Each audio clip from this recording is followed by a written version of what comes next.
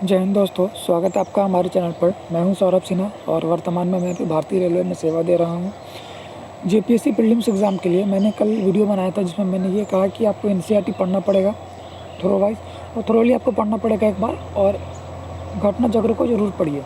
तो ये NCERT class 6 history का नोट्स है, आपको बस ये देख लेना है। पीडीएफ आपको मिल जाएगा, टेलीग्राम ग्रुप में आज बनाऊँगा, वहाँ से आपको ये मिल जाएगा। ठीक है, आई होप कि आपको आवाज़ क्लियर जा रही होगी।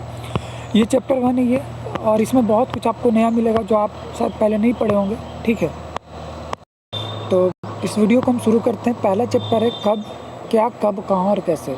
ये यहाँ पे पढ़ना है ये चैप्टर, और आपको इसमें ज़्यादा दिमाग नहीं लगाना है। मैं जो पढ़ाऊँगा बताऊँगा वो सुनते जाना है ध्यान से। देखिए, मानव का जो सबसे पहले साक्ष्य मिला कि मानव किस नदी किनारे सबसे पहले अपने जीवन की शुरुआत करते हैं, तो वो नर्मदा नदी घाटी है।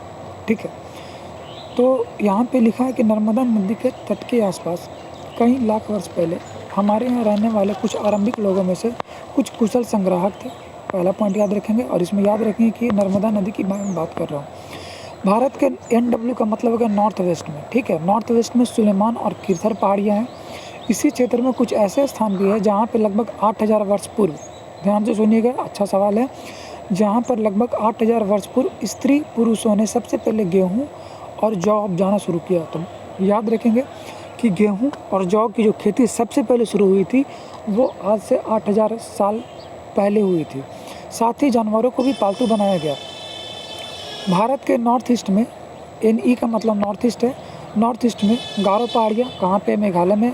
मेघालय में 3 पहाड़ियाँ हैं, गारो, खासी, जयंती हैं। ये तीनों वहाँ की जनजाति के नाम पे है।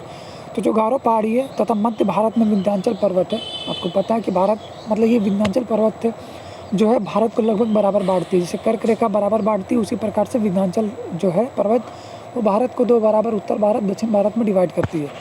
ये एक ऐसे क्षेत्र है जहाँ पे कृषि का विकास हुआ और सबसे पहले चावल उपजाया गया। तो आपसे सवाल ये पूछा जाएगा कि गेहूँ और जौ की खेती कहाँ पर शुरू हुई थी, तो नॉर्थ वेस्ट में, जबकि चावल की खेती कहाँ शुरू हुई, नॉर्थ ईस्ट में। ठीक है, याद रखेंगे, और मध्य भारत में।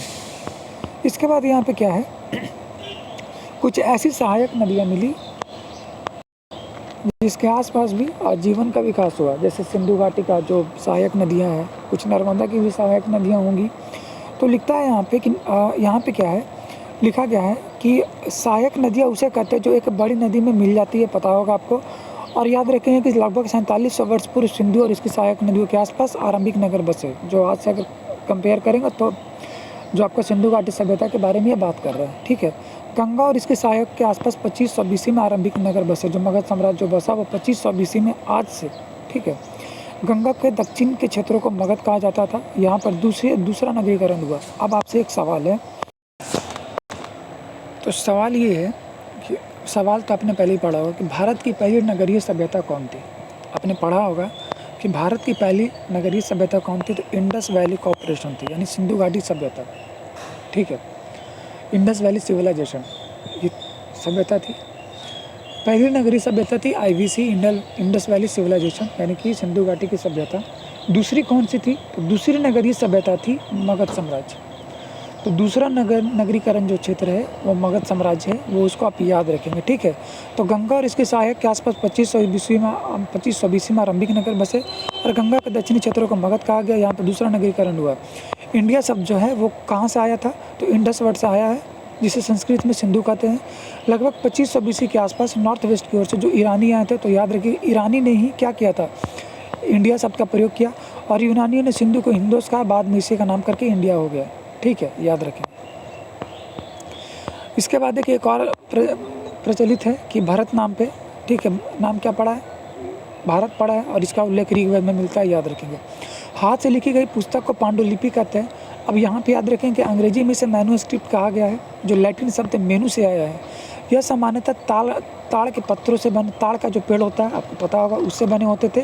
तथा हिमालय क्षेत्र में एक पेड़ मिलता है जिसका नाम है भूर्ज पेड़ मिलता है, उससे यह बनता था। तो 2 पेड़ से पांडुलिपि तैयार की जाती थी, तो याद रखेंगे।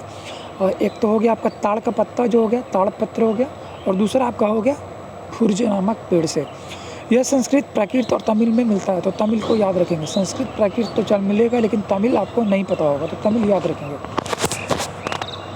आम भाषा के रूप में प्राकृतिक भाषा, प्राकृत भाषा का प्रयोग किया गया, याद रखेंगे। पत्थर पर उत्कीर्ण लेख को अभिलेख कहा जाता है। लगभग 2250 ईसा पूर्व में सम्राट अशोक का वर्तमान अफगानिस्तान में कंधार से अभिलेख प्राप्त हुआ। इसमें यूनानी और अरमाइक नामक 2 भाषाओं को उपयोग है। देखिए, जो अशोक का जो शिलालेख है ना, वो ब्राह्मी, खरोष्ठी, अरमाइक लिपि में मिलती है, ठीक है। लेकिन यहाँ नॉर्थ वेस्ट का जो कंधार का जो इलाका है, वहाँ पे ये सब जो है यहाँ पे यूनानी और अरमाइक में मिलती है, याद रखेंगे। तो जो अशोक का जो लिपि है ब्राह्मी, खरोष्ठी, अरमाइक, यूनानी लिपि में मिलती है। जो नॉर्थ वेस्ट का जो इलाका है वहाँ पे मिलती है यूनानी और अरमाइक लिपि में। यहाँ तक कोई दिक्कत आपको नहीं होना चाहिए। अब बात करते हैं कि 4700 ईसा वर्ष पूर्व जो है वहाँ पे पात्रों का यूज किया गया, बर्तन का यूज किया गया, चांदी का सिक्का चलाया गया, याद रखेंगे। वर्ष की गणना ईसा मसीह के जन्म तिथि से ज्ञात की जाती है।